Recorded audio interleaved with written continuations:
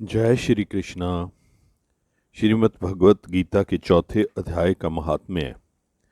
भगवान बोले, हे लक्ष्मी, जो पुरुष गीता जी का पाठ करते हैं तिनके छूने मात्र से अधम देह से छुटकारा पाकर विवेक को प्राप्त होते हैं।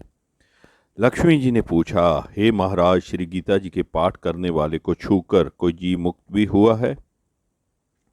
तब श्री भगवान जी ने कहा, हे लक्ष्मी, तुमको मुक्त हुए पुरुष की पुरातन कथा सुनाता हूँ। भागीरथी गंगा के किनारे श्री काशी नगर है।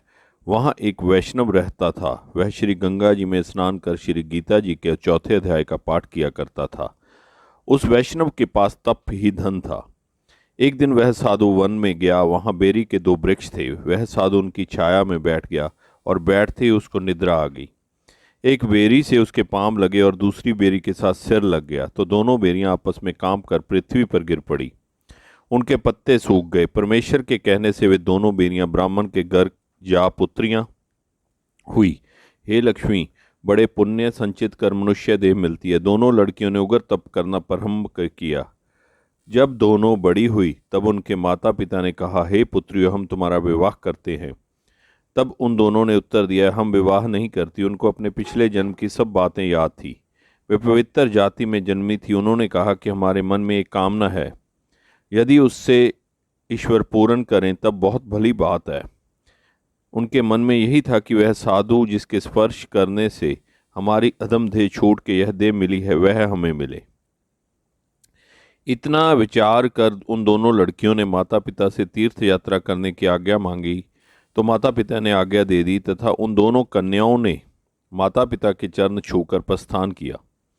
तीर्थ यात्रा करती करती काशी में पहुंची। वहां जाकर देखा कि वह तपस्वी बैठा है, जिसकी कृपा से वेरी की देह से छूटी हैं। तब दोनों कन्याओं ने चरण छूकर दंडवत की, हे संत जी, धन्य हुआ आपने हमको कृतार्थ किया है। तब उस तपस्वी ने कहा, मैं तो तुमको जानता नहीं। कन्याओं ने कहा कि हम आपको पहचानती हैं।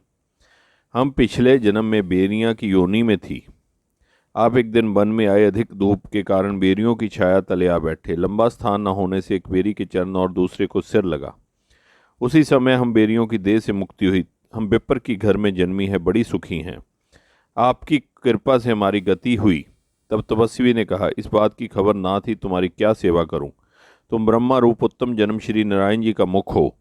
तब उन कन्याओं ने कहा, हमको श्री गीता के चौथे अध्याय का फल दान करो, जिसको पाकर हम देव देही पाकर सुखी हों। तब उस तपस्वी ने चौथे अध्याय के पाठ का फल दिया और कहा कि तुम्हारी मुक्ति हो।